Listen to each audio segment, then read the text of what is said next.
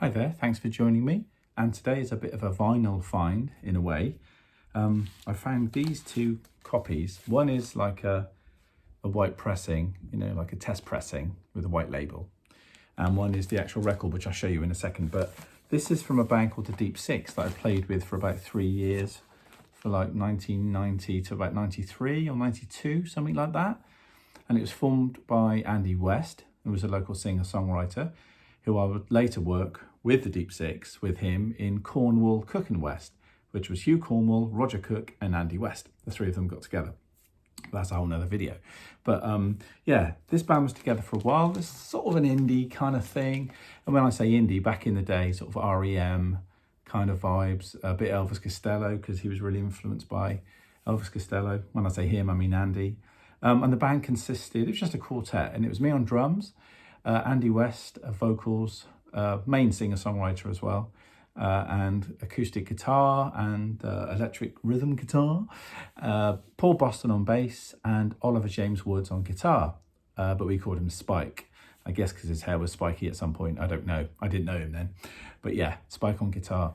And we were managed by a guy called Brian Hook, who was good friends with Andy, and we went on to do a few good things in the area. We played, around Corsham, Chippenham, Bath and Bristol and London. We probably went up north as well. We did some pretty cool things, actually. And this 10-inch single was one of them. Went up to London and recorded it on Settlement Records. And I can't remember if we did this at Elvis Costello's drummer's house. I can't remember his name now. That's awful, isn't it? It's suddenly gone. I can't remember if we recorded this there or we stayed at his house when we were recording the single elsewhere. That I can't remember. But we recorded 4 songs, and this is what the band looked like. Look at me with my my hat on there. Don't know what you call those sort of hats. But yeah, I had that for a long, long time. So we've got Andy there, incredible haircut here, and Paul as well with incredible hair. Oliver James Woods, he was the kind of sexy stud of the band, and then Michelle there. And I think this is from the Evening Chronicle or something. Bath-based band, the Deep Six, have no truck with the current dance hype. So obviously we were standing strong against the DJ scene that was starting to kick in about that time. But yeah, anyway. And here I've got something. This is from Time and News, Friday, May the 15th, 1992. And this is when we played with CCW. We did some warm-up gigs locally, and that's from like the local paper or whatever, talking about our little surprise appearance at the King's Arms in Monkton Farleigh. Woo! And here's another one. What's this? Deep Six Live. Another review again from the Evening Chronicle, probably from Dave Luckhurst, I would have thought, or one of those cats that was around at the time. But yeah, we seemed to be a good little band, and the local critics loved us a lot, and we did quite well. But we went up to London to record this, and as I say, I just found it. So this is there's nothing on it, but this is like the sort of test pressing, if you like, or the, not acetate, but it's just like a white label version of it, and which I might play in a second. And also we've got here the 10-inch with the Settlement Records logo on it. Or have we? No, we haven't. Oh, right, it's another one. I've got 2 of them. That I didn't know. Blimey. Oh, I thought I had the 10-inch because I know there's a 10-inch copy of it. Well, I'm going to have a look down there for that in a minute. But we recorded an EP, 2 songs on each side, for those who don't know, some of our younger watchers and listeners. And on one side, we had a tune called Scatter, followed by Whisper on the Wire. And side 2 was a song called Sad About Honey, and what was the other one? Sacramento Bees. And I love playing Sacramento Bees and Scatter, so the first and the last track on the EP. They had this sort of kind of 6/8, 12/8 feel, triplet feel off of the hats, which I'll play a little bit of in a minute, because this isn't sort of signed to anyone, so I can play a little bit of this without it being taken off the air. So I'll play little sections of it. But yeah, I was really proud of the drumming on it, and it was on my Sonolite kit. So I had the 14 by 7.5 snare, or whatever that is, 10, 12, 14 and 15 hanging, but I put floor tom legs on them in the end, because I was fed up of not being able to fit them on stages with the the two hanging toms on a stand. I mean, that was very hip when Dave Weckl and Steve Gadd did it back in the day, but it was just a pain when you played in pubs. It's all right when you played the Montreux Jazz Festival, but when you're playing local bars and pubs and the radiators on the wall get really near, it's just a pain. So putting legs on and making them into floor toms was easier. But yeah, I just really enjoyed playing scatter with that triplet feel on the hats, and I played it sort of I suppose open-handed really, coming back to the snare drum with the left hand, and I was allowed to play some fat fills and stuff. You know, I could express on the band. In the band, they didn't sort of say it's got to be this kind of playing, so I was allowed to not go too far, I'd like to think, but sort of stretch what indie band drumming could be in those early 90s, that early 90s period. I was playing like a floor tom kind of rolling kind of beat. But when it came to the chorus, I was playing like a jazz ride pattern, ding, da, da, ding, but which is a little bit muso. I remember I played the left-hand triplet thing that you could do.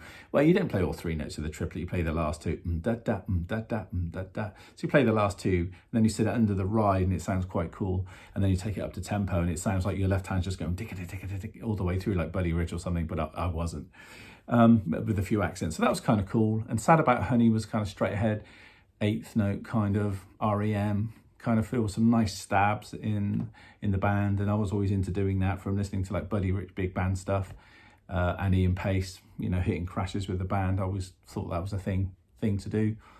And Whispers on the Wire was like a brushes thing, so it was fairly art pop indie, I would say, thinking about it.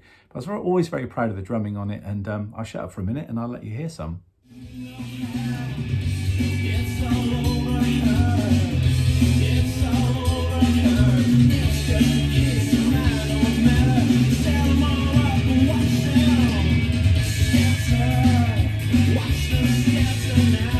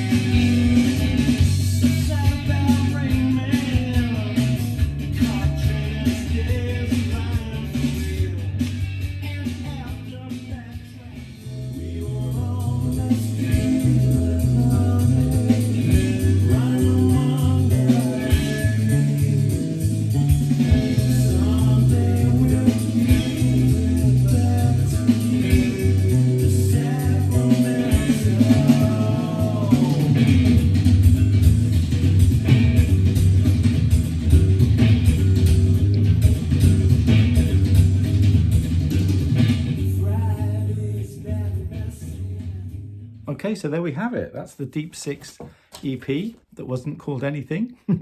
I can't find the red label, the proper copy of it down there. I don't know where it is. It's worrying me a little bit. I'm not sure where I put it. But I'm still very proud of it. The drum sound, maybe not so much, but I didn't have so much to say about that.